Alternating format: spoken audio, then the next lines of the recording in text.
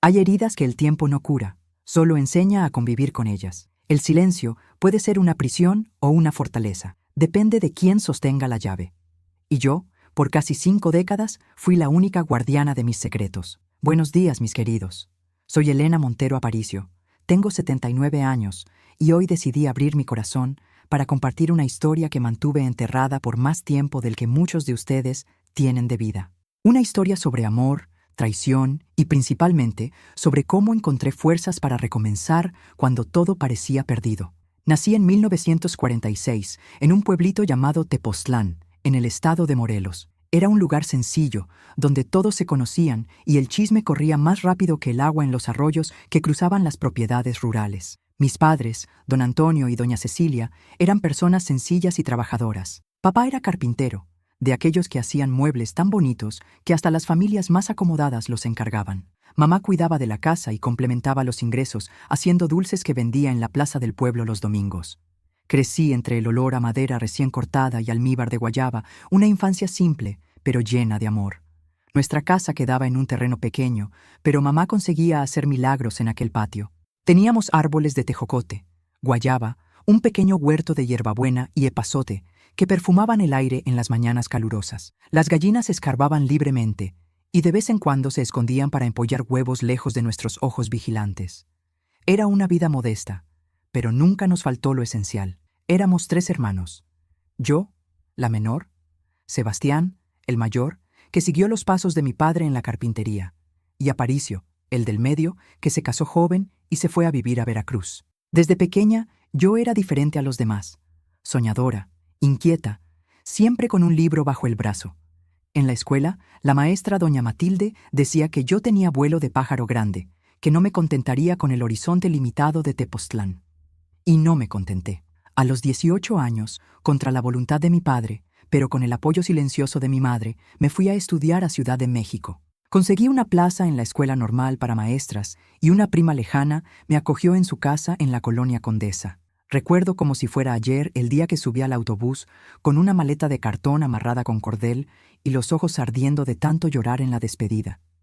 Mi madre me dio un rosario de cuentas azules que había sido de mi abuela y susurró: «Ve con Dios, mi hija, pero recuerda que la puerta de casa siempre está abierta para que regreses». Ciudad de México me devoró. La gran ciudad era todo lo que había imaginado y más. Las avenidas anchas, los edificios que parecían tocar el cielo, los camiones siempre llenos, el ruido que nunca cesaba. En los primeros días me sentí pequeña, asustada, como un pececito fuera del agua, pero pronto me adapté. La escuela normal era mi sueño hecho realidad. Siempre quise ser maestra, desde que ayudaba a los niños más pequeños con las tareas en la escuela de Tepoztlán. Fueron 2 años intensos, estudiando por la mañana y trabajando como niñera por la tarde para ayudar con los gastos. Me gradué en 1966, llena de sueños y planes. Conseguí un empleo como maestra de primaria en una escuela pública de la periferia. El sueldo era poco, pero me daba independencia. Alquilé un cuartito en una pensión para señoritas y comencé mi vida de mujer independiente, algo raro para la época. Fue en esa escuela donde conocí a Carmen, una compañera maestra que se convertiría en mi gran amiga. Carmen era diferente a mí en casi todo. Extrovertida, llena de vida, siempre lista para una aventura. Fue ella quien me convenció, en las vacaciones de julio de 1968, a hacer un viaje a Valle de Bravo, en el estado de México. «Necesitamos ver el lago, Elena. No puedes quedarte encerrada en esta ciudad de cemento durante las vacaciones». Ah, mis queridos, si pudiera volver en el tiempo y decirle a la joven Elena lo que aquel viaje representaría, pero la vida no nos da esas oportunidades, ¿verdad? Y quizás sea mejor así. Si conociéramos el futuro, perderíamos el valor para vivirlo. Valle de Bravo era un paraíso, el lago de un azul que dolía en los ojos, los bosques de pino, el olor a tierra mojada que lo impregnaba todo. Nos hospedamos en una pequeña posada cerca del embarcadero, administrada por un matrimonio de españoles. Por las mañanas, caminábamos por los senderos, recogiendo piñas de pino. Por las tardes, paseábamos en lancha y reíamos como niñas cuando las olas nos salpicaban. Por las noches íbamos hasta el centro del pueblo, donde había una pequeña cantina con música en vivo. Fue en una de esas noches cuando vi a Marcos por primera vez. Estaba sentado con amigos en una mesa cercana a la nuestra. Un muchacho alto, de cabello castaño ondulado y una sonrisa que iluminaba todo su rostro. Nuestras miradas se cruzaron varias veces y cada vez sentía mi rostro enrojecer. Carmen, percibiendo mi interés, no perdió tiempo. Con su espontaneidad característica, pronto entabló conversación con el grupo de él. Y, antes de que me diera cuenta, estábamos todos sentados juntos, conversando como viejos amigos. Marcos tenía 25 años, era ingeniero agrónomo y trabajaba en las tierras de su familia en Valle de Bravo. Estaba en un breve descanso con amigos antes de asumir nuevos proyectos en la hacienda de su padre. Hablaba con pasión sobre técnicas de cultivo, sobre los cambios que quería implementar, sobre su visión de una agricultura más moderna. Sus ojos brillaban cuando hablaba del futuro y yo me encontraba encantada, no solo por su belleza, sino por su inteligencia y entusiasmo. Aquella noche se extendió hasta las primeras horas de la mañana. Cuando nos despedimos, Marcos pidió mi dirección en Ciudad de México, prometiendo escribir. Volví a la posada, flotando, ignorando los comentarios provocadores de Carmen. Mira nada más a la maestra correcta cayendo rendida por un hacendado. Las vacaciones terminaron. Volvimos a la rutina en Ciudad de México y yo intenté no crear expectativas. Después de todo, promesas hechas en noches de verano raramente se cumplen en la fría realidad del día a día. Pero para mi sorpresa, 2 semanas después recibí la primera carta de Marcos. Era una carta larga, llena de detalles sobre su vida en Valle de Bravo, sobre sus proyectos, sus esperanzas, y terminaba con una petición. ¿Podría visitarme en Ciudad de México el próximo fin de semana?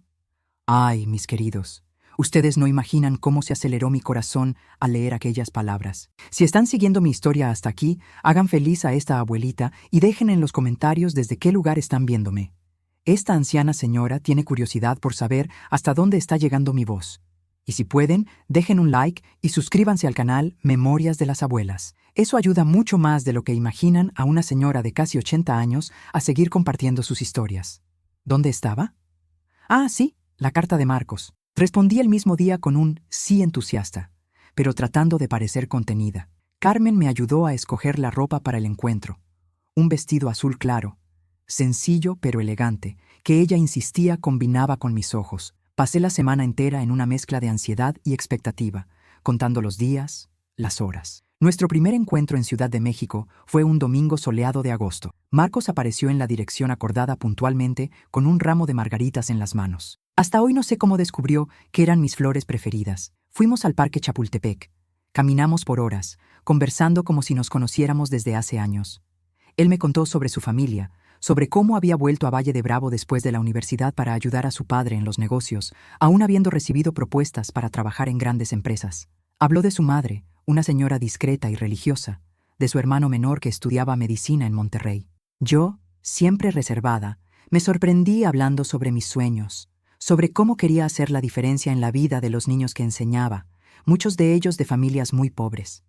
Conté de mi infancia en Tepoztlán, de mis padres, de la decisión de venir a la capital en busca de oportunidades. Hablé de mis miedos y esperanzas con una franqueza que nunca había tenido con nadie.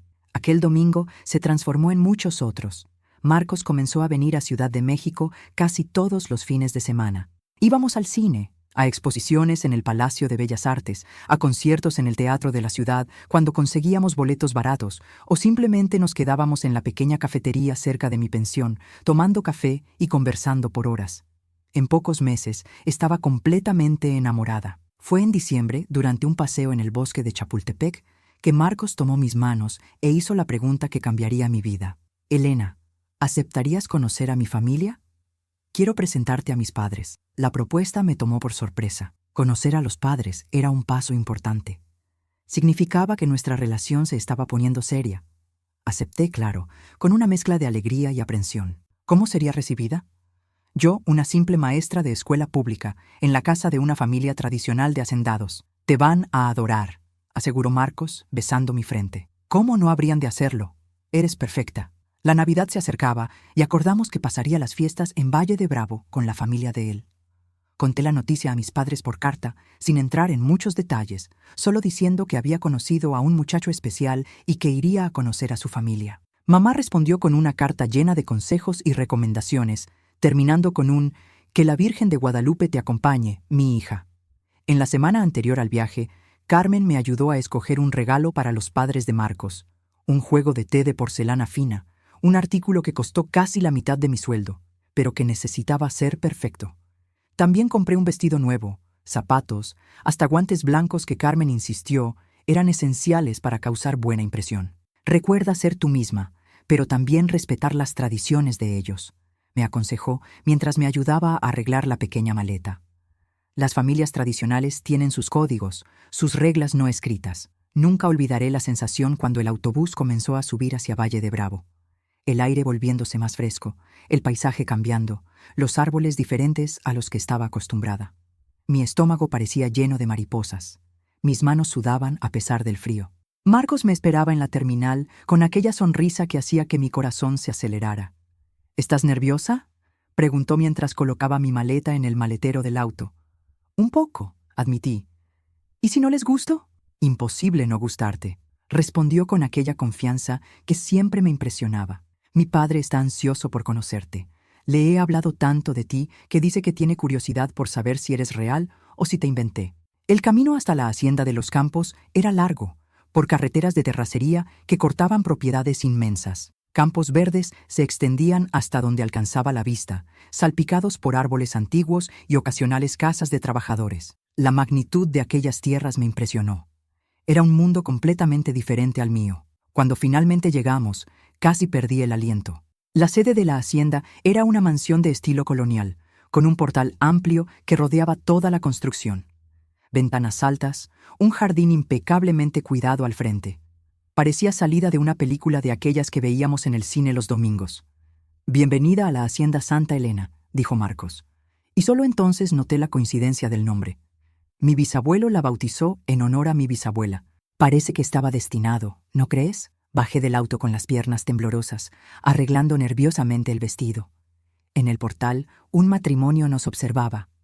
El hombre, alto e imponente, de cabello canoso y postura erguida, solo podía ser el padre de Marcos. A su lado, una señora de apariencia frágil, cabello recogido en un moño elegante, vestido discreto pero claramente caro. Tragué saliva y forcé una sonrisa mientras Marcos me conducía hasta ellos. «Papá, mamá, esta es Elena», presentó Marcos, colocando la mano en mi cintura en un gesto protector. «Elena, estos son mis padres, Augusto y Elisa Campos. Es un placer finalmente conocerla, Elena», dijo el señor Augusto extendiendo la mano. Su voz era profunda, el apretón de manos demasiado firme, casi doliendo. Sus ojos, del mismo castaño que los de Marcos, me examinaban con una intensidad desconcertante. «Marcos habla mucho de usted. Dice que es la maestra más dedicada de Ciudad de México». «El placer es mío, señor Campos», respondí, tratando de mantener la voz firme. «Agradezco la invitación para pasar la Navidad con ustedes». La señora Elisa apenas asintió con la cabeza. Una sonrisa educada, pero distante en los labios. «Sea bienvenida a nuestra casa, querida. Debe estar cansada del viaje». Pedí a Rosa que preparara la habitación de huéspedes para usted. Fui conducida al interior de la casa, que por dentro era aún más impresionante. Muebles antiguos, que parecían reliquias de familia, tapetes persas, cuadros al óleo en las paredes, una escalera de madera oscura que llevaba al piso superior. Todo exhalaba tradición, riqueza, historia familiar. La habitación preparada para mí era más grande que el departamento entero que yo compartía con Carmen en Ciudad de México. Una cama con dosel, armario de cedro tallado, un tocador con espejo ovalado, cortinas de encaje en las ventanas que daban a los jardines traseros. Me sentí desplazada, como si hubiera entrado en un mundo que no me pertenecía. Después de refrescarme y cambiarme de ropa, bajé para la cena. El comedor era igualmente impresionante, con una mesa larga que podría acomodar a 20 personas fácilmente, pero estábamos solo nosotros 4. El señor Augusto en la cabecera, la señora Elisa a su derecha, Marcos a la izquierda y yo al lado de Marcos. La cena fue servida por 2 empleadas silenciosas que se movían como sombras por la sala. Platos de porcelana fina, cubiertos de plata, copas de cristal. Me quedé en duda sobre qué tenedor usar primero y discretamente observé a Marcos para imitar sus movimientos. La conversación durante la cena fue conducida principalmente por el señor Augusto. Hizo preguntas sobre mi trabajo, mi familia, mis estudios. Respondí con educación, tratando de sonar más sofisticada de lo que realmente era, consciente del juicio silencioso en sus ojos. Entonces, sus padres son de Tepoztlán. Conozco la región, tierras fértiles, pero mal aprovechadas, comentó él en determinado momento. ¿Su padre es propietario? No, señor, respondí, sintiendo el rostro enrojecer. Mi padre es carpintero. Tenemos apenas la casa donde vivimos. Un silencio incómodo siguió mi respuesta. Vi a la señora Elisa lanzar una mirada rápida a su marido, algo que no conseguí descifrar. Carpintero, un trabajo honrado, dijo finalmente el señor Augusto, pero había algo en su tono que me hizo sentir como si estuviera concediendo una gran generosidad al decir eso. Y usted, siendo maestra, ciertamente elevó el estatus de la familia. Es admirable. No supe cómo responder a eso. Sentí la mano de Marcos apretar la mía por debajo de la mesa, un gesto de apoyo silencioso. Elena es brillante, papá. Marcos intervino. Sus alumnos la adoran. Ella hace la diferencia en la vida de esos niños. Estoy seguro que sí, respondió el señor Augusto con una sonrisa que no llegaba a sus ojos. La educación es fundamental, incluso para los más humildes. El resto de la cena transcurrió con conversaciones superficiales sobre el clima, las festividades de Navidad, los proyectos de la hacienda. Noté que Marcos hablaba de forma diferente con sus padres, más formal, más contenido, sin la espontaneidad que demostraba cuando estábamos solos.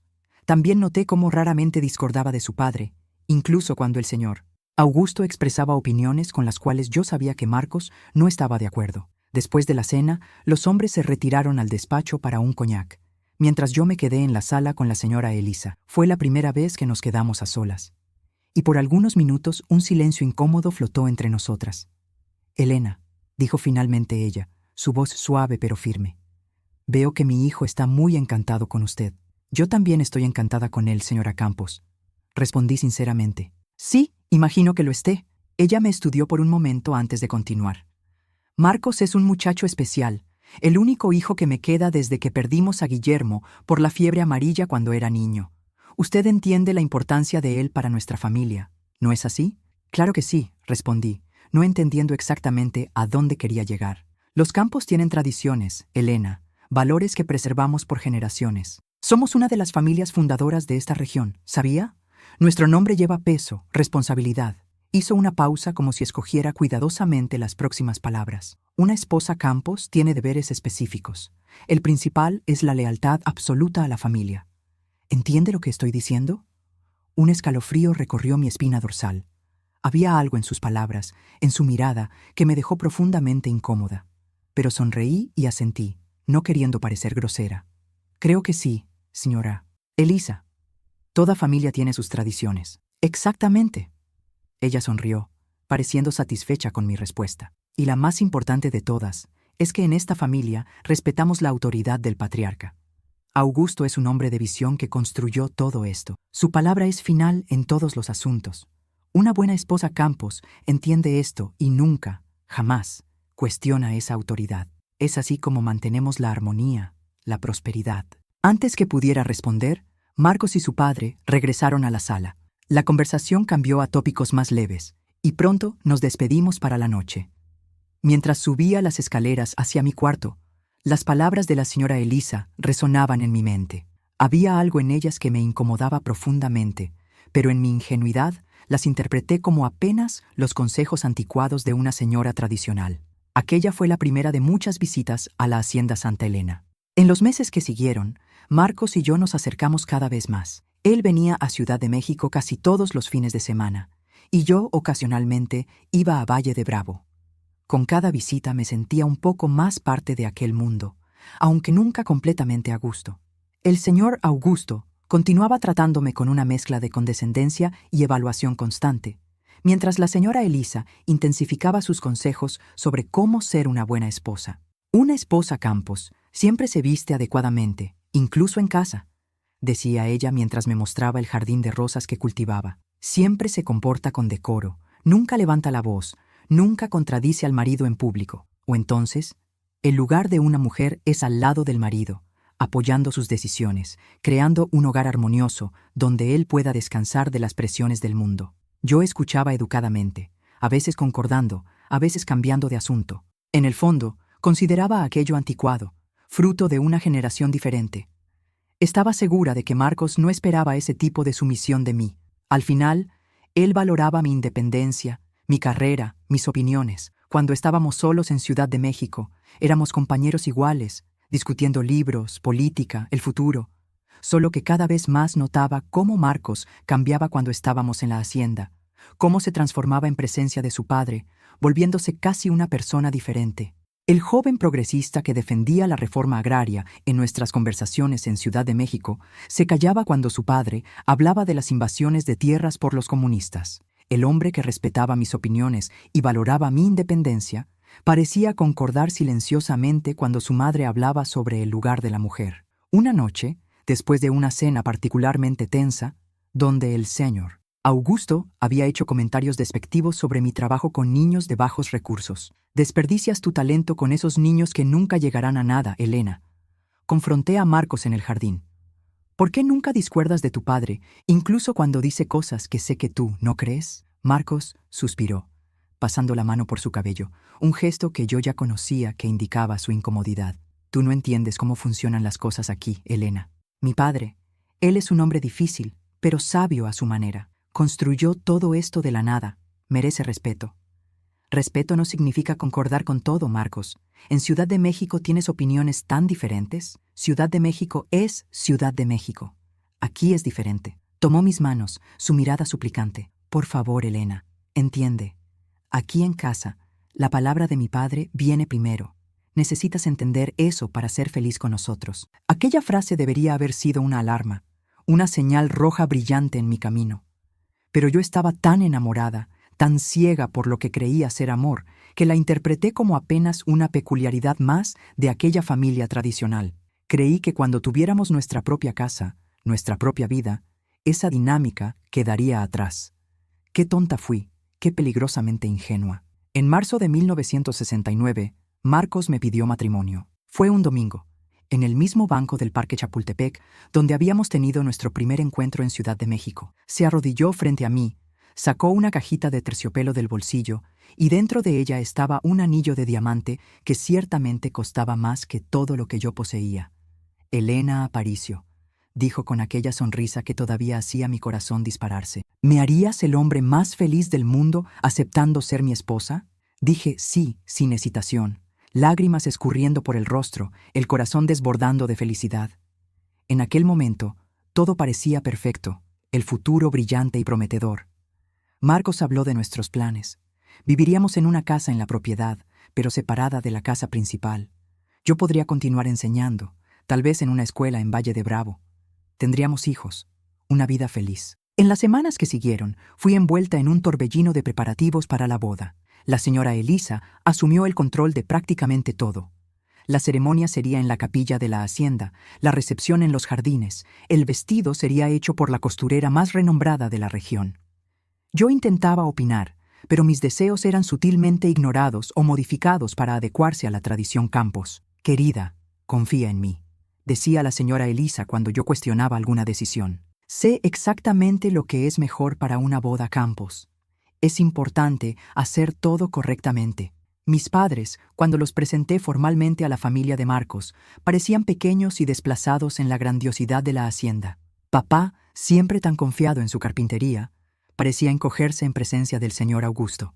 Mamá, nerviosa, casi derramó su taza de té, pero fueron educados, agradecidos por el buen partido que yo había conseguido, deslumbrados con la riqueza y el estatus de la familia que yo estaba a punto de integrar. «Su hija está dando un gran paso, señor Antonio», dijo el señor Augusto con aquel mismo tono condescendiente que usaba conmigo. «Los Campos siempre cuidamos de los nuestros. Ella nunca más necesitará preocuparse por nada». Cuanto más se aproximaba el gran día, más crecía una inquietud dentro de mí.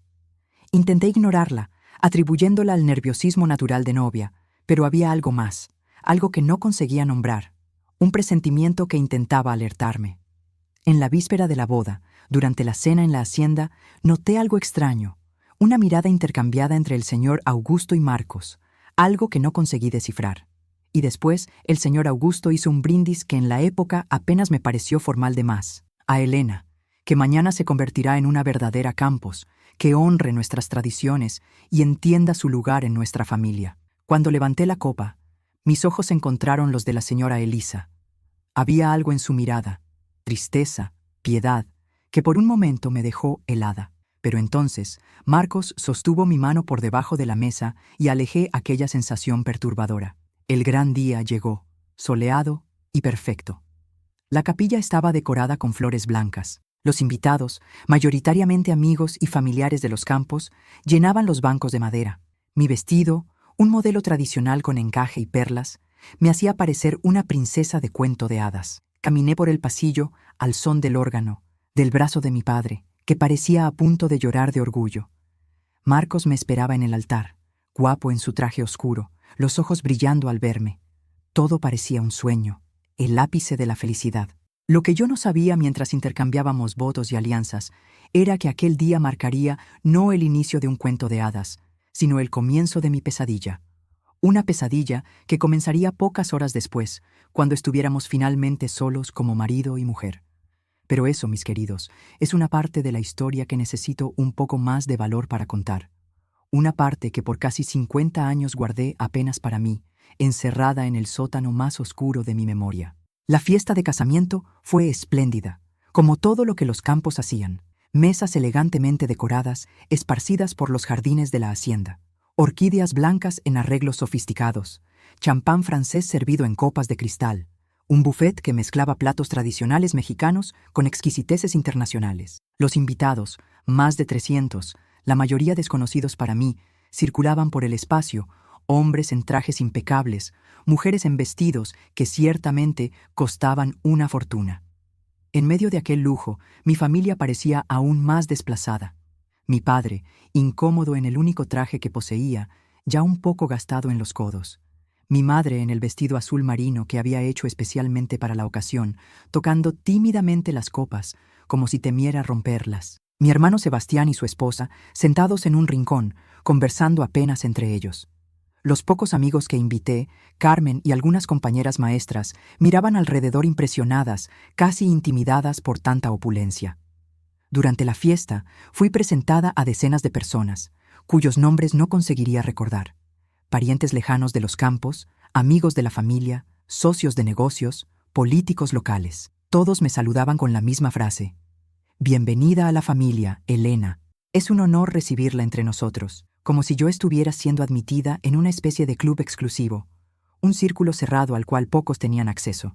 El señor Augusto circulaba entre los invitados como un rey en su corte, recibiendo felicitaciones, distribuyendo apretones de manos firmes, ocasionalmente tocando mi hombro cuando me presentaba a alguien importante. Esta es Elena, la nueva señora Campos, decía con un orgullo que me parecía más relacionado con su apellido que conmigo. La señora Elisa, siempre elegante en su vestido color champán, se mantenía próxima al marido, sonriendo educadamente, interviniendo apenas cuando era necesario. Observé cómo ella nunca lo contradecía, cómo su mirada buscaba aprobación antes de cada frase. En aquel momento todavía no percibía que estaba viendo un espejo de lo que esperaban que yo me volviera.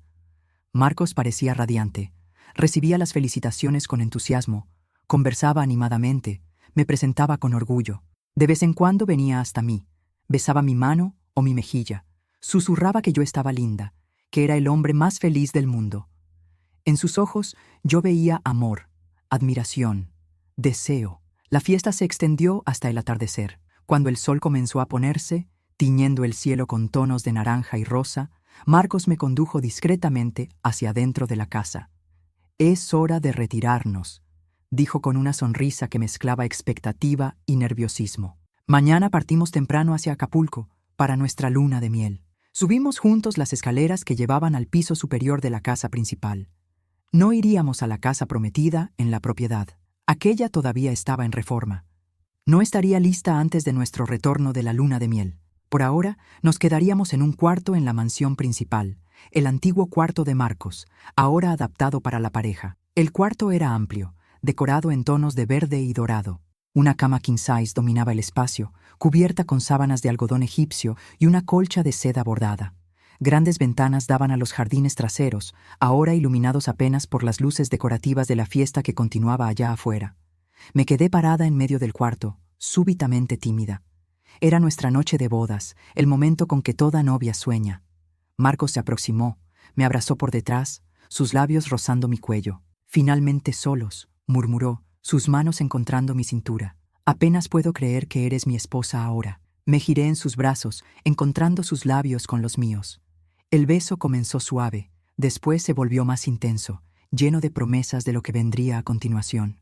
Marcos comenzó a deshacer los pequeños botones en la espalda de mi vestido, sus dedos temblorosos de anticipación. Fue entonces cuando oímos un golpe en la puerta, firme, autoritario. Marcos se quedó paralizado, las manos todavía en mi espalda. Vi un cambio inmediato en su rostro, el deseo sustituido por algo que parecía miedo. «¿Quién es?», pregunté confusa. «¿Mi padre?», Marcos respondió, la voz súbitamente tensa. Se alejó de mí, arreglando su corbata, pasando las manos por su cabello. «Espera aquí», fue hasta la puerta, la abrió apenas lo suficiente para hablar con quien estaba del otro lado. Oí murmullos. No conseguí distinguir las palabras. Cuando Marcos se volvió hacia mí nuevamente, su rostro estaba pálido, tenso. «Elena», dijo, la voz extrañamente formal.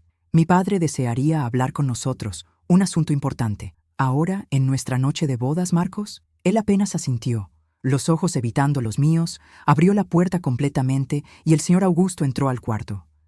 Todavía usaba el traje oscuro de la fiesta, pero se había quitado la corbata. Sus ojos recorrieron el ambiente, notando el vestido parcialmente abierto en mi espalda, la cama todavía intacta. «Buenas noches, Elena», dijo con aquella voz profunda que siempre me causaba un malestar inexplicable. «Pido disculpas por interrumpir, pero hay un asunto que necesita ser tratado antes que prosigan». Arreglé nerviosamente el vestido, sintiéndome expuesta, vulnerable. «Claro, señor Augusto. ¿De qué se trata?». Él caminó por el cuarto, las manos en la espalda, como si inspeccionara el local. Paró junto a la ventana, mirando a los jardines allá abajo antes de volverse hacia nosotros. «Elena, ahora eres una Campos, y ser una Campos significa honrar tradiciones que se remontan a generaciones». Su voz era calma, medida, pero había algo en ella que me erizaba. Algunas de esas tradiciones pueden parecer anticuadas para los padrones modernos, pero son lo que nos mantiene fuertes, unidos como familia. Miré a Marcos, buscando alguna explicación, pero él mantenía los ojos fijos en el piso, las manos ligeramente temblorosas al lado del cuerpo. «Señor Augusto», comencé tratando de mantener la voz firme, «no estoy segura de entender lo que quiere decir». «Es simple, mi querida». Él se aproximó, parando a apenas algunos pasos de mí. Su perfume fuerte, una mezcla de colonia cara y el cigarro que acostumbraba fumar después de las comidas, invadió mis narices. En la familia Campos existe una tradición que se remonta a los primeros días de esta hacienda. Una tradición que simboliza la continuidad del linaje, la transferencia de poder, la lealtad de la nueva generación a la antigua. Mi corazón se aceleró, un presentimiento terrible comenzando a formarse. ¿Qué tradición? Fue cuando el señor Augusto colocó la mano en mi rostro, un toque que debería parecer paternal, pero que me causó repulsión inmediata. El patriarca de la familia tiene el derecho y el deber de ser el primero en recibir a la nueva mujer que entra al clan Campos. El aire pareció desaparecer de mis pulmones. Por un momento, creí que había oído mal, que estaba entendiendo equivocadamente sus palabras. Miré a Marcos, esperando que él riera, que dijera que era algún tipo de broma bizarra. Pero Marcos no reía. Su rostro era una máscara de resignación, de vergüenza, de aceptación silenciosa. Eso es absurdo», conseguí decir finalmente, dando un paso hacia atrás, alejándome del toque del señor Augusto. «Elena, por favor, entiende». La voz de Marcos sonó extrañamente distante. «Es apenas una tradición. Ocurrió con mi madre, con mi abuela, con todas las mujeres que entraron en la familia. Es como las cosas son hechas aquí». No conseguía creer lo que estaba oyendo. Miré de uno a otro, buscando cualquier señal de que aquello era una broma cruel, una prueba bizarra de lealtad. «Marcos». Mi voz salió como un susurro desesperado. «Tú no puedes concordar con esto.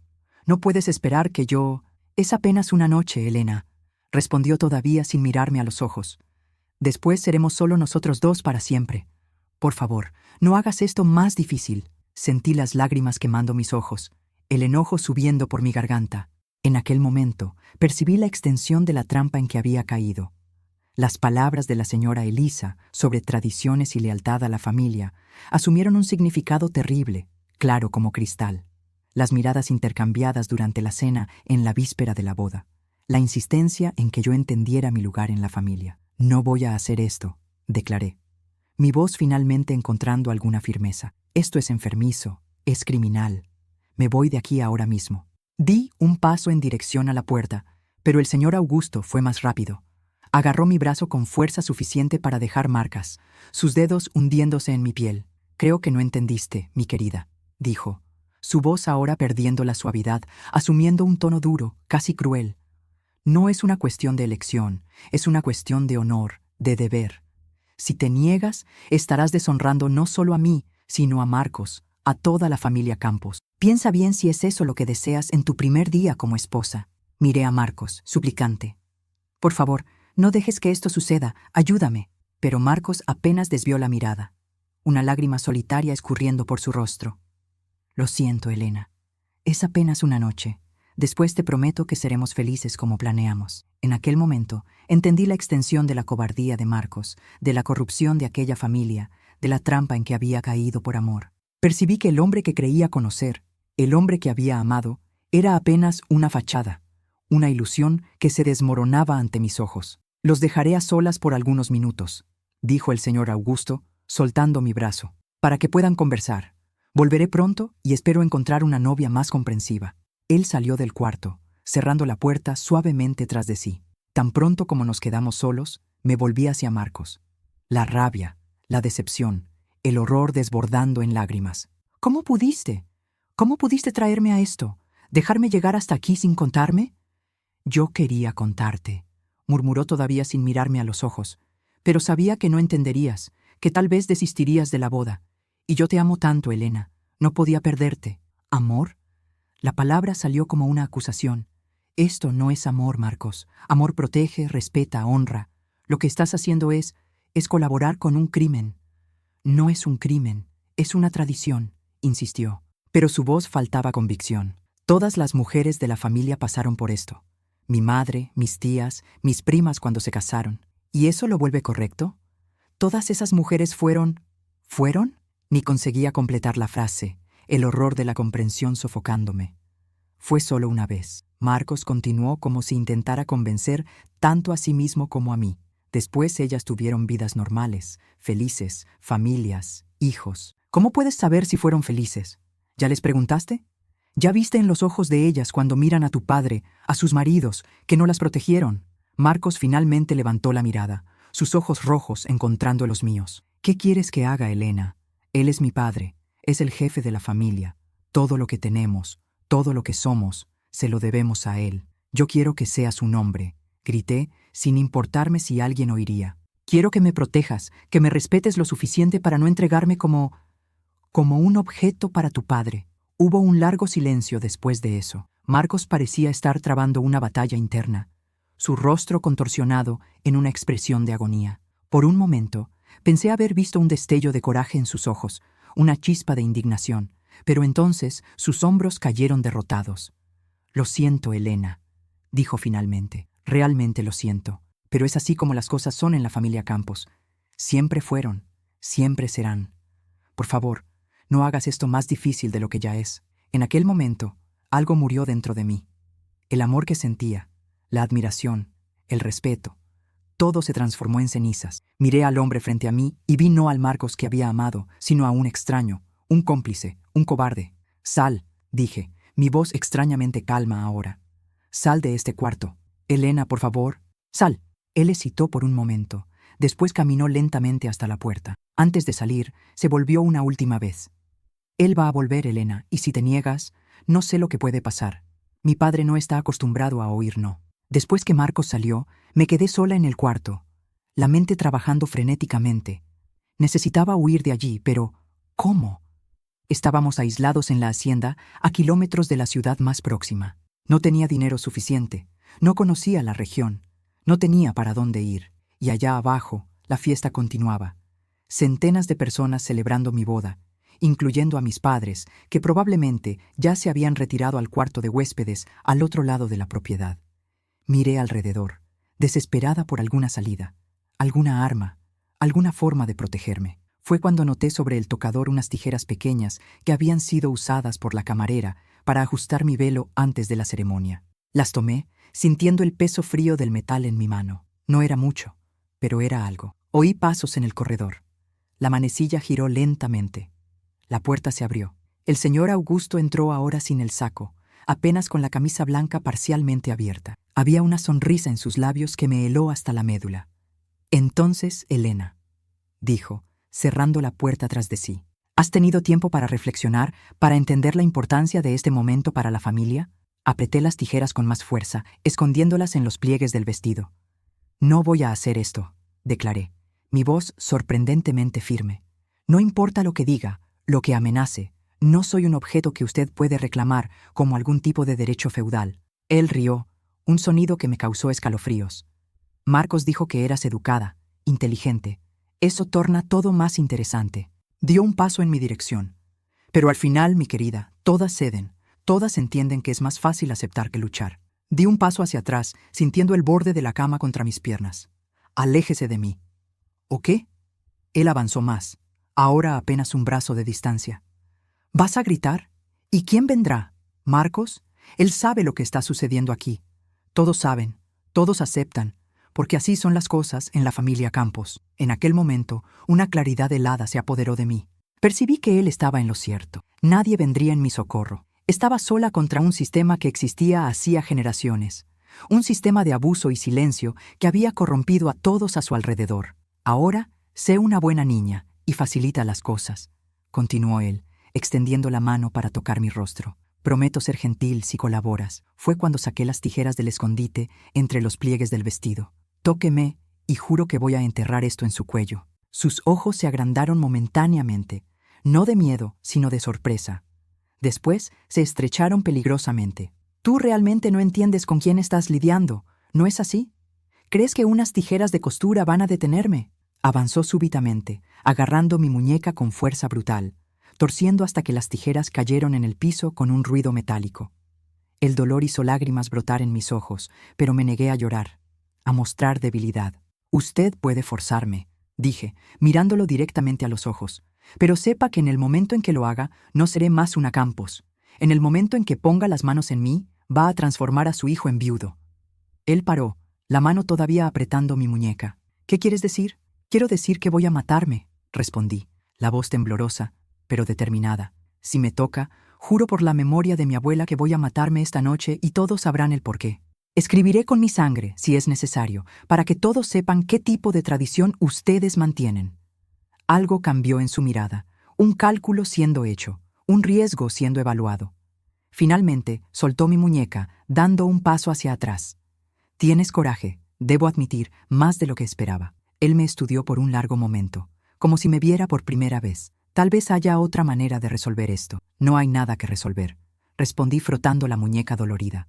O usted sale de este cuarto ahora, o mañana estarán enterrando a su hijo y a la esposa de él. Un silencio tenso se extendió entre nosotros. Podía ver la rabia en los ojos de él, la incredulidad de alguien que no estaba acostumbrado a tener su voluntad contrariada, pero también veía algo más, un cálculo frío, pragmático. Muy bien, dijo finalmente. Esta noche has ganado. Pero recuerda, Elena, ahora eres parte de esta familia y más temprano o más tarde vas a entender que nadie desafía a los Campos sin consecuencias. Con eso, él salió del cuarto, cerrando la puerta con fuerza tras de sí. Tan pronto como me quedé sola, mis piernas flaquearon. Caí sentada en la cama, temblando incontrolablemente, la adrenalina abandonando mi cuerpo y dejando apenas agotamiento y horror. No sé cuánto tiempo quedé así, paralizada, tratando de procesar lo que acababa de suceder, lo que casi había sucedido. Cuando la puerta se abrió nuevamente, di un salto, lista para luchar otra vez. Pero era Marcos quien entraba, el rostro pálido, los ojos rojos de quien había llorado. Elena. Él comenzó, la voz casi un susurro. ¿Estás bien? Mi padre dijo que ustedes conversaron. ¿Conversamos? Reí. Un sonido histérico que no reconocí como mío. ¿Es así como llamas a lo que sucedió aquí? ¿Una conversación? Él dijo que tú amenazaste con matarte. Y amenacé y habría cumplido. ¿Me conoces tan poco, Marcos? ¿Crees que me sometería a aquello? ¿Que aceptaría ser violada como parte de alguna tradición enfermiza? Él se aproximó hesitante, como si temiera mi reacción. Elena, lo siento. Realmente lo siento. No sabía que reaccionarías así, que sería tan difícil. ¿Difícil? La palabra salió como una acusación. ¿Crees que fue difícil para mí ser casi violada por tu padre en mi noche de bodas con tu complicidad? Marcos se encogió como si hubiera recibido una bofetada. No fue así que yo lo vi. No era eso que... Dios, Elena, todas las otras mujeres de la familia aceptaron. Nunca pensé que tú serías diferente. Entonces, ¿tú realmente crees que ellas aceptaron, que no fueron coaccionadas, amenazadas, forzadas como yo casi fui? Mira a tu madre, Marcos. Mírala a los ojos y dime que ella aceptó de buena voluntad. Un silencio pesado cayó entre nosotros. Marcos parecía estar viendo algo por primera vez, como si una venda hubiera sido removida de sus ojos. ¿Qué hacemos ahora?, preguntó finalmente. No existe un nosotros después de esto, Marcos. No existe una hora. Se acabó. Mañana temprano me voy de aquí y nunca más voy a mirar hacia atrás. No puedes irte, dijo, un tono de desesperación en su voz. Eres mi esposa ahora, legalmente, ante Dios. Un papel y algunas palabras no significan nada después de lo que sucedió esta noche. El matrimonio no fue consumado, será anulado. Mi padre nunca lo permitirá. Él advirtió, los ojos agrandados. Él tiene influencia, poder. Puede hacer tu vida imposible. Que lo intente, respondí, una nueva determinación creciendo dentro de mí. Prefiero enfrentar la ira de él como una mujer libre que vivir un día siquiera como esclava en esta casa. Marcos parecía derrotado, perdido. Pasó las manos por el rostro, por el cabello, como si buscara una solución que no existía. ¿Qué debo decirle? ¿A todos? Di lo que quieras. Di que estoy loca, histérica, ingrata. No me importa más lo que tú o tu familia piensen de mí. Él asintió lentamente, como si aceptara la inevitabilidad de la situación. Voy a dormir en otro cuarto esta noche. Por la mañana resolveremos esto. Después que él salió, tranqué la puerta y empujé una pesada cómoda contra ella. No confiaba en nadie en aquella casa, mucho menos en las cerraduras, que podrían tener varias copias de llaves circulando. Pasé la noche despierta, sentada en un sillón próximo a la ventana. La pequeña tijera firmemente sujeta en la mano. No lloré. No había lágrimas suficientes para expresar lo que sentía. La traición, el horror, la rabia fría que ahora ocupaba el lugar donde antes existía amor. En vez de eso, planeé. Pensé en cada paso que daría en la mañana siguiente, en cómo escaparía de aquel lugar, en cómo reconstruiría mi vida después de aquella noche terrible. Cuando los primeros rayos de sol comenzaron a iluminar el cuarto, me levanté del sillón. Estaba dolorida, exhausta, pero determinada. Cambié el vestido de novia, ahora un símbolo de mentiras y traición, por el vestido más simple que encontré en la maleta que había traído. Recogí mis pocos objetos personales, dejando atrás todo lo que había recibido de los campos, el anillo de compromiso, las joyas, los regalos. No quería nada que me recordara a ellos, nada que me conectara a aquella familia. Respiré profundo, reuniendo todo el coraje que poseía. Sabía que lo que vendría a continuación no sería fácil. Tendría que enfrentar no apenas al señor Augusto y a Marcos, sino también la vergüenza, las preguntas, las miradas. Tendría que explicar a mis padres, a mis amigos, por qué estaba abandonando mi matrimonio en el día siguiente a la ceremonia. Pero nada de eso importaba más. La única cosa que importaba era mi libertad, mi dignidad, mi derecho de determinar mi propio destino, y por eso estaba dispuesta a luchar con todas mis fuerzas. Alejé la cómoda de la puerta, la desbloqueé y salí al corredor. La casa todavía estaba silenciosa. La mayoría de los invitados, probablemente todavía durmiendo después de la larga fiesta, bajé las escaleras silenciosamente, determinada a encontrar a alguien que pudiera llevarme de vuelta a la ciudad, de vuelta a mi vida, lejos de aquella pesadilla que había vivido. No sabía entonces que mi lucha estaba apenas comenzando, que lo peor todavía estaba por venir, que escapar de la hacienda Santa Elena sería apenas el primer paso en un viaje largo y doloroso, de vuelta a mí misma. Bajé las escaleras de la mansión de los Campos aquella mañana, con el corazón pesado, pero la determinación ardiendo en el pecho. El vestido simple que usaba parecía una armadura comparado al delicado vestido de novia de la noche anterior. Ahora, yo no era más una novia soñadora, sino una mujer lista para luchar por su dignidad. La casa todavía dormía cuando llegué al vestíbulo. Apenas una empleada, una señora de mediana edad llamada Concepción, que yo apenas conocía, fregaba el piso de mármol. Ella levantó los ojos, sorprendida al verme bajando tan temprano, vestida de aquella manera, con una pequeña maleta en la mano. «¿Señora?», preguntó confusa. «¿Necesita algo?». «Necesito salir de aquí», respondí directamente. «¿Hay algún auto, algún chofer que pueda llevarme hasta la terminal de autobuses de Valle de Bravo?». Ella me miró de arriba abajo, comprensión lentamente surgiendo en sus ojos cansados. No sé lo que ella vio en mí en aquel momento.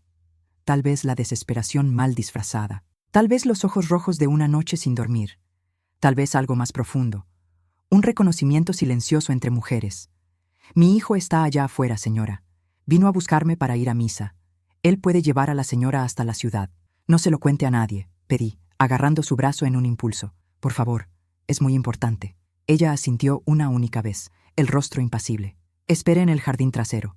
Voy a llamarlo. Salí hacia el jardín, el aire frío de la mañana envolviéndome como un abrazo helado.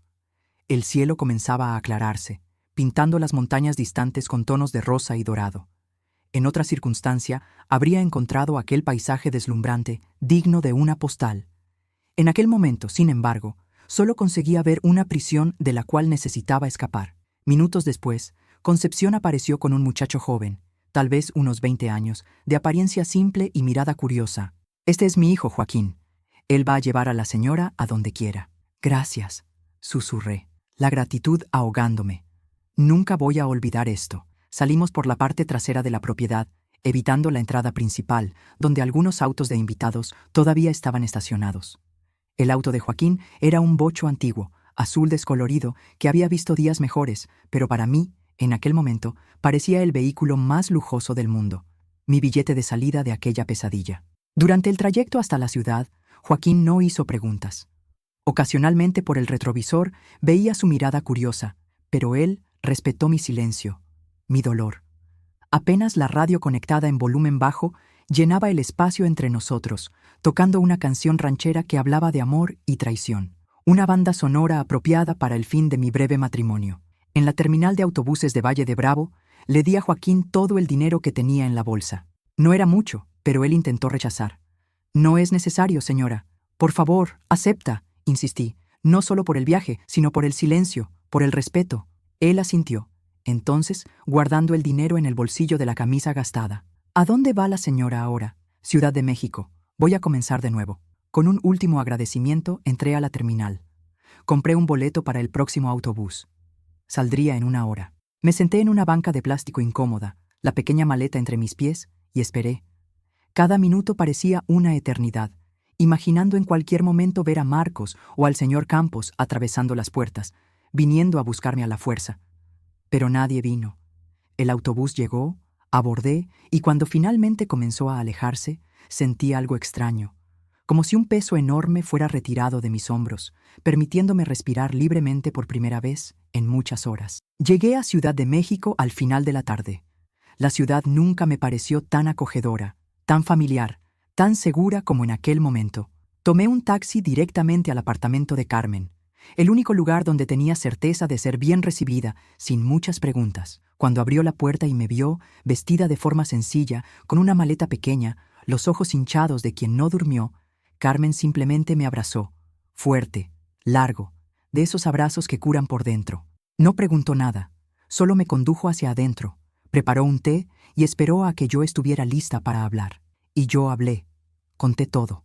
La tradición enfermiza de los campos, la cobardía de Marcos, mi noche de terror, mi fuga al amanecer. Carmen escuchó en silencio, el horror creciendo en sus ojos, sus manos ocasionalmente apretando las mías en apoyo silencioso. Dios mío, Elena, dijo finalmente cuando terminé. Eso es monstruoso. Necesitamos denunciar, llamar a la policía. ¿Y quién me creería?, respondí, la amargura evidente en mi voz.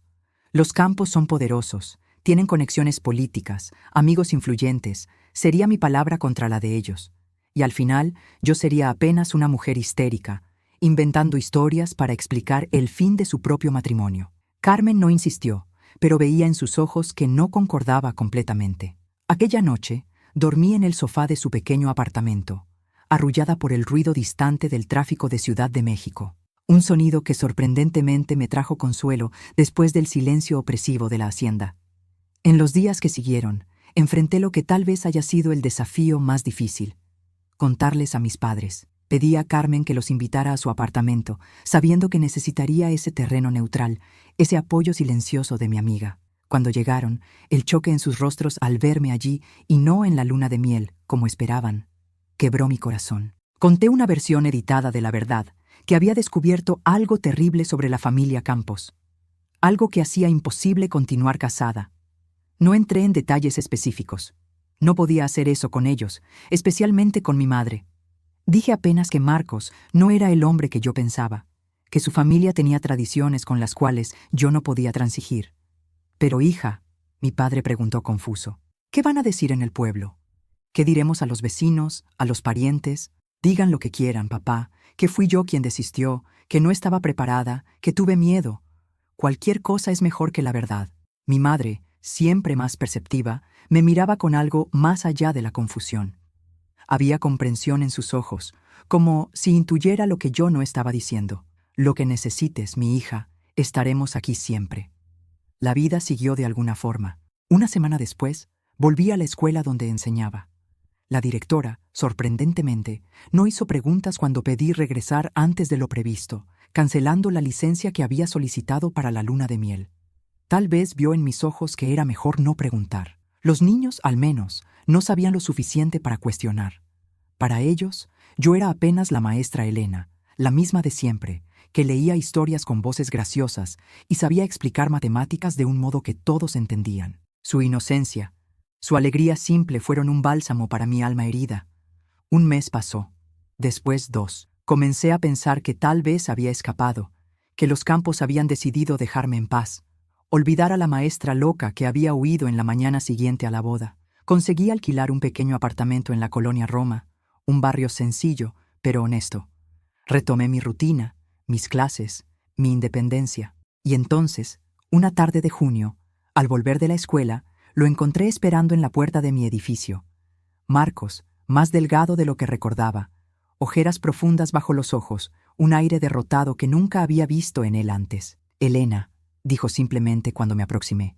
Necesitamos hablar. Pensé en ignorarlo, en pasar directo, en llamar por ayuda, pero algo en su mirada, un dolor genuino, una vergüenza que parecía consumirlo por dentro, me hizo parar. No tenemos nada de qué hablar, Marcos. Por favor, 5 minutos. Es todo lo que pido. Acabé concordando. Fuimos a una cafetería cercana, un lugar público donde me sentiría segura. Nos sentamos en una mesa al fondo, tazas de café intactas frente a nosotros. Vine a pedir perdón, comenzó él, la voz baja, casi un susurro. Sé que no lo merezco, que lo que hice, lo que permití que sucediera es imperdonable, pero necesito que sepas cuánto me arrepiento. Me quedé en silencio, esperando que continuara, incapaz de ofrecer cualquier consuelo, cualquier absolución. Después que te marchaste, yo confronté a mi padre por primera vez en la vida. Una sonrisa triste apareció en sus labios. Deberías haber visto la cara de él cuando entré en su despacho y exigí explicaciones. Cuando pregunté cómo podía hacer aquello, cómo todos podían permitir que aquella tradición continuara. ¿Y qué dijo él? Pregunté, a pesar de mí misma, curiosa sobre la reacción del hombre que me había causado tanto miedo, tanto odio. Dijo lo que siempre dice, que yo era débil, que no entendía lo que significaba ser un Campos, que estaba decepcionado conmigo. Marco suspiró profundamente, pero esta vez sus palabras no tuvieron el mismo efecto. Por primera vez vi a mi padre como realmente es. No el patriarca respetado, el hombre de negocios exitoso, sino un tirano, un depredador que se esconde detrás de palabras como tradición y familia. No dije nada. Parte de mí quería creerle. Quería ver algún vestigio del hombre que había amado, pero la desconfianza, el dolor, todavía estaban demasiado frescos. Salí de casa, continuó él. Estoy viviendo en Ciudad de México ahora, en un apartamento pequeño en la colonia Narvarte. Encontré trabajo en una empresa agrícola. Nada comparado a lo que tenía en la hacienda, pero es honesto. Es mío. ¿Por qué me estás contando esto, Marcos? ¿Qué quieres de mí? Nada, respondió rápidamente. No vine a pedir una segunda oportunidad, ni que vuelvas conmigo. Sé que eso es imposible después de lo que pasó. Vine a liberarte. ¿Liberarme? Él sacó un sobre del bolsillo interior del saco y lo colocó sobre la mesa. Son los papeles de la anulación de nuestro matrimonio. Ya firmé mi parte. Mi abogado dijo que como no fue consumado, será relativamente simple, sin escándalos, sin detalles sórdidos en los documentos oficiales. Miré el sobre como si contuviera algo precioso y peligroso al mismo tiempo. La libertad oficial, legal, el fin formal de aquel breve y traumático capítulo de mi vida. ¿Y tu padre? ¿Él permitió esto? No pedí permiso, Elena, no esta vez. Había una firmeza nueva en su voz, un trazo de coraje que no reconocí. Él amenazó, claro, Dijo que me desheredaría, que me destruiría, pero descubrí que sus amenazas no tienen más poder sobre mí. No ahora que vi la verdad. Tomé el sobre, sintiendo su peso físico y simbólico en mis manos. Gracias, dije finalmente. No por lo que haces ahora, sino por al menos hacer esto bien. Marcos asintió un movimiento triste de comprensión. Hay una cosa más que necesito decir. Después que te marchaste, comencé a conversar con otras mujeres de la familia, mis primas, mis tías. Pregunté sobre la tradición. Sentí un nudo en el estómago, no queriendo oír más, pero sabiendo que necesitaba hacerlo. Algunas se negaron a hablar, otras lloraron. Mi prima Beatriz, me contó todo. Cómo fue forzada, cómo nadie la ayudó, cómo vive con eso hasta hoy. Él hizo una pausa, tragando con dificultad. Tenías razón, Elena. Nunca fue una tradición aceptada voluntariamente. Fue abuso, pasado de generación en generación, disfrazado como algo normal, algo necesario. Lágrimas silenciosas comenzaron a escurrir por mi rostro. No por mí, no más, sino por todas aquellas mujeres. Mujeres que no tuvieron mi coraje o mi suerte o mi opción de huir. Mujeres atrapadas en una red de poder y silencio, forzadas a convivir diariamente con sus abusadores, a sonreír en las comidas de domingo, a fingir que nada había sucedido. ¿Qué vas a hacer ahora?, pregunté, secando las lágrimas. Voy a reconstruir mi vida, como tú estás haciendo, lejos de ellos, lejos de aquel lugar. Él hesitó, después continuó. Y voy a intentar ayudar a otras mujeres de la familia que quieran escapar. Beatriz ya está en contacto conmigo, planeando dejar al marido, salir de la órbita de mi padre. Nos quedamos en silencio por algunos momentos. El ruido de la cafetería a nuestro alrededor, pedidos siendo gritados, tazas tintineando, conversaciones animadas, un contraste surrealista con la gravedad de nuestra conversación. Adiós, Elena, dijo finalmente Marcos levantándose.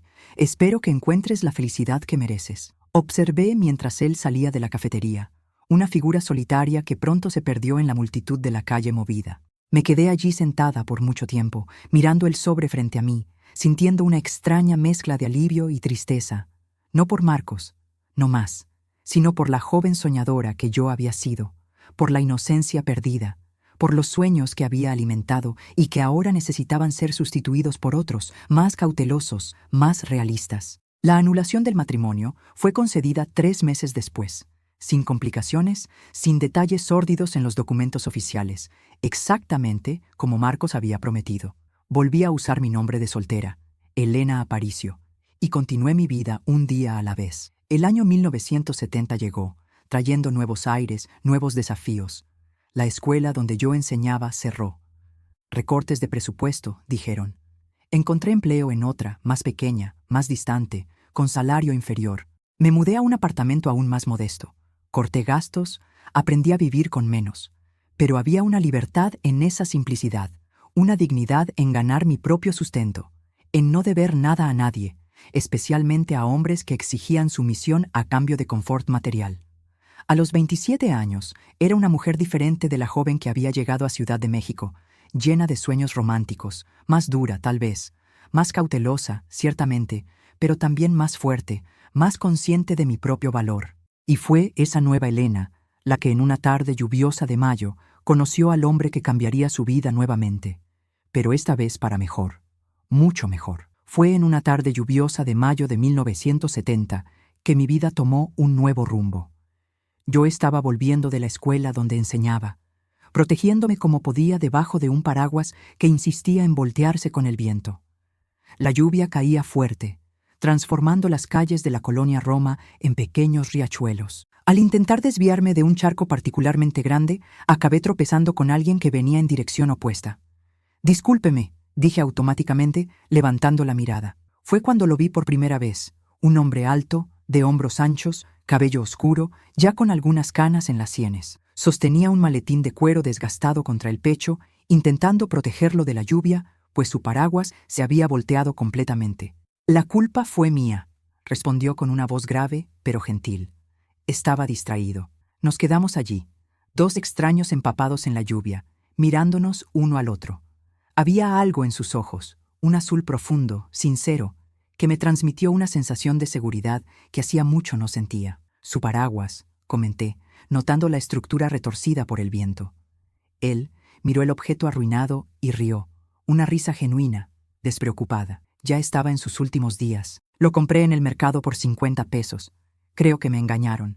No pude evitar sonreír. Conozco una tienda aquí cerca, donde venden paraguas buenos. Si quiere, podría... Adoraría, respondió prontamente. Entonces pareció avergonzado por su propio entusiasmo. Quiero decir, si no es una molestia. Así, compartiendo mi paraguas ya precario, llevé a aquel extraño hasta la pequeña tienda de utilidades en la esquina de mi calle. En el camino, descubrí que se llamaba Antonio Carlos Montero. Era ingeniero civil. Trabajaba en una constructora cercana y estaba visitando a un cliente en la zona cuando la lluvia lo atrapó. ¿Y usted?, preguntó después de comprar un paraguas nuevo, mucho más resistente. Elena Aparicio. Soy maestra de primaria en la escuela de aquí del barrio. Aparicio, repitió pensativo. Tiene cara de Elena Montero. Aquella frase dicha así, de forma desprevenida, me hizo sonrojar como una adolescente. Después de todo lo que había pasado, allí estaba yo, una mujer de 27 años, sintiendo el rostro enrojecer por causa de un comentario casual. Yo ya estuve casada, dije súbitamente, sin saber por qué sentí la necesidad de mencionar eso. Yo también, respondió con naturalidad. Mi esposa falleció hace 3 años. Cáncer, lo siento. ¿Y su marido? No funcionó. Respondí simplemente. Nos separamos, anulamos el matrimonio. Él asintió sin hacer más preguntas, algo que aprecié profundamente. La lluvia había disminuido un poco y nos despedimos en la esquina, cada uno siguiendo su camino bajo un paraguas nuevo. Pensé que nunca más lo vería, pero el destino tenía otros planes. Al día siguiente, al salir de la escuela, allí estaba él, parado del otro lado de la calle, con el mismo paraguas nuevo, aun cuando no había señal alguna de lluvia en el cielo. Lo traje por precaución, explicó cuando me acerqué, una sonrisa tímida en los labios. El hombre del radio dijo que podía llover de nuevo. Sonreí, percibiendo la excusa transparente. ¿Y vino a probar si funciona mejor que el anterior? En realidad, vine a preguntar si aceptaría tomar un café conmigo. Mi primera reacción fue cautela. Después de la experiencia con Marcos, me había jurado a mí misma que nunca más me dejaría llevar por palabras dulces o sonrisas encantadoras. Pero había algo diferente en Antonio Carlos. Una honestidad simple, una transparencia que me intrigaba. ¿Un café?, concordé finalmente. ¿Solo un café? Un café se transformó en 2. Después en una cena la semana siguiente. Después en paseos de domingo en Chapultepec. Antonio Carlos era tan diferente de Marcos como era posible. Menos sofisticado, tal vez, pero infinitamente más auténtico. Venía de una familia simple del interior de Sonora. Había construido su carrera con trabajo duro, sin conexiones o privilegios. Hablaba lo que pensaba, sin juegos o manipulaciones. En los primeros meses, mantuve todas mis defensas erguidas. No le conté sobre lo que realmente había sucedido con mi matrimonio. Apenas dije que había sido un error, una incompatibilidad fundamental. Cuando él intentaba aproximarse físicamente, sostener mi mano por mucho tiempo, un abrazo más demorado, yo sutilmente me alejaba. Él nunca me forzó, nunca me presionó. Tienes todo el tiempo del mundo, Elena. Me dijo una vez después que yo retrocedí cuando él intentó besarme por primera vez. No sé lo que sucedió en tu pasado, pero sé que dejó marcas. Cuando estés lista, estaré aquí. Fue esa paciencia, esa comprensión silenciosa, la que finalmente derritió el hielo alrededor de mi corazón. 6 meses después de nuestro primer encuentro, en una noche estrellada en la terraza de su pequeño departamento en la colonia Condesa, finalmente dejé que me besara. Y por primera vez desde aquella noche terrible, en la hacienda de los Campos, sentí que mi cuerpo era realmente mío nuevamente, para dar, para compartir, por mi propia elección. Nuestra relación progresó lentamente, respetuosamente. Antonio Carlos tenía una hija de su primer matrimonio, Mariana, una niña adorable de 5 años que vivía con la abuela materna. Los domingos, ella venía a pasar el día con el padre, y gradualmente comencé a participar de esos encuentros. Descubrí en mí una ternura, una capacidad de amar, que creí que había sido destruida para siempre. Fue Mariana, con su inocencia infantil, quien inadvertidamente me ayudó a dar el próximo paso en mi curación. Una tarde de domingo, mientras hacíamos gorditas de masa en la cocina de Antonio Carlos, ella súbitamente preguntó: «Tía Elena, ¿tú vas a ser mi nueva mamá?». La pregunta me tomó desprevenida. Miré a Antonio Carlos, que observaba la escena con una mezcla de vergüenza y esperanza. «Eso es algo que necesitamos conversar, princesa». Él respondió por mí. «Pero tú miras a ella del mismo modo que mirabas a mamá en las fotos, insistió la pequeña con aquella perspicacia que solo los niños tienen. Y ella se pone con la cara roja cuando tú te acercas, igual que Julia de mi salón cuando Pedro se sienta a su lado. No pude dejar de reír, el rostro realmente enrojeciendo, como ella había descrito. Aquella noche, después que Mariana fue llevada de vuelta a la casa de la abuela, Antonio Carlos y yo tuvimos nuestra primera conversación realmente seria sobre el futuro. «Te amo, Elena», dijo simplemente, sin florituras o grandes declaraciones. «Te amo exactamente como eres, con todas tus cicatrices, con todos tus miedos, y quiero pasar el resto de mi vida contigo, si me aceptas». Respiré profundo, sabiendo que era la hora de la verdad. Antes de responder, necesito contarte algo. Algo sobre mi matrimonio, sobre por qué terminó. Aquella noche, por segunda vez en mi vida, conté la historia completa de lo que había sucedido en la hacienda Santa Elena. La tradición de los campos, la traición de Marcos, mi fuga desesperada. Hablé sin interrupciones, las palabras fluyendo como un río represado que finalmente encuentra una salida. Cuando terminé, el rostro de Antonio Carlos estaba pálido, sus puños cerrados de rabia. Por un momento aterrorizante, pensé que él se levantaría y saldría, incapaz de lidiar con el peso de lo que había compartido. En vez de eso, se arrodilló frente a mí, tomó mis manos en las suyas y dijo las palabras que comenzaron a curar mi alma. Aquel hombre, aquella familia no merecen ni un minuto de tu miedo, de tu dolor. Tú sobreviviste, Elena. Tú escapaste. Y ahora, si me lo permites, quiero pasar cada día del resto de mi vida mostrándote lo que es amor de verdad, respeto, compañerismo, gentileza. En aquel momento, las últimas murallas alrededor de mi corazón se derrumbaron. Lloré no de tristeza o trauma, sino de alivio, de gratitud, de un amor naciente que finalmente tenía permiso para florecer. Nos casamos en julio de 1971 en una ceremonia simple en el registro civil, seguida de un almuerzo en la casa de mi madre en Tepoztlán, apenas familia cercana y algunos amigos, incluyendo a Carmen, que lloró más que todos durante la ceremonia. No hubo vestido de novia elaborado, ni fiesta grandiosa, ni demostraciones de riqueza o estatus. Apenas dos personas comprometidas una con la otra y una niñita de 6 años arrojando pétalos de rosas sobre nosotros cuando salimos del registro civil. Nuestra vida juntos comenzó en un apartamento modesto en la Colonia del Valle. 2 cuartos, una sala pequeña, una cocina donde apenas cabíamos los dos al mismo tiempo. Yo continué enseñando, ahora en una escuela particular que pagaba un poco mejor. Antonio Carlos fue promovido a gerente de proyectos en la constructora, lo que nos dio un poco más de estabilidad financiera. Mariana pasó a quedarse con nosotros durante la semana, volviendo a la abuela apenas en los fines de semana. En 1972 descubrí que estaba embarazada. La noticia me llenó de una mezcla de alegría y terror. Parte de mí temía que no supiera ser madre, que los traumas del pasado de alguna forma interfirieran en mi capacidad de amar plenamente a un hijo. Antonio Carlos, como siempre, entendió sin que yo necesitara explicar. «Ya eres la mejor madre que Mariana podría tener», me recordó, acariciando mi vientre todavía plano.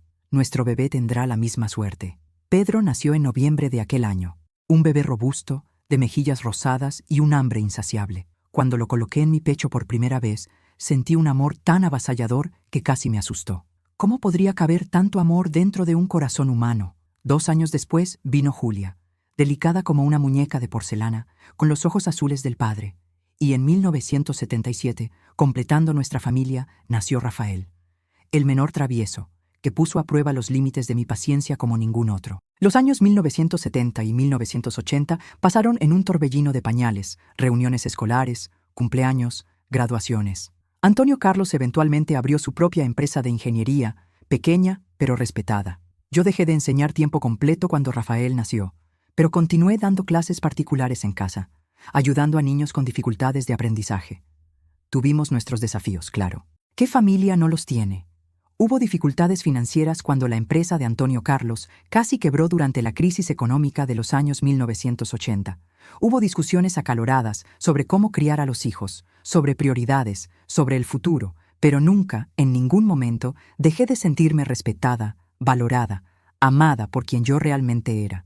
En 1990 conseguimos realizar un sueño antiguo.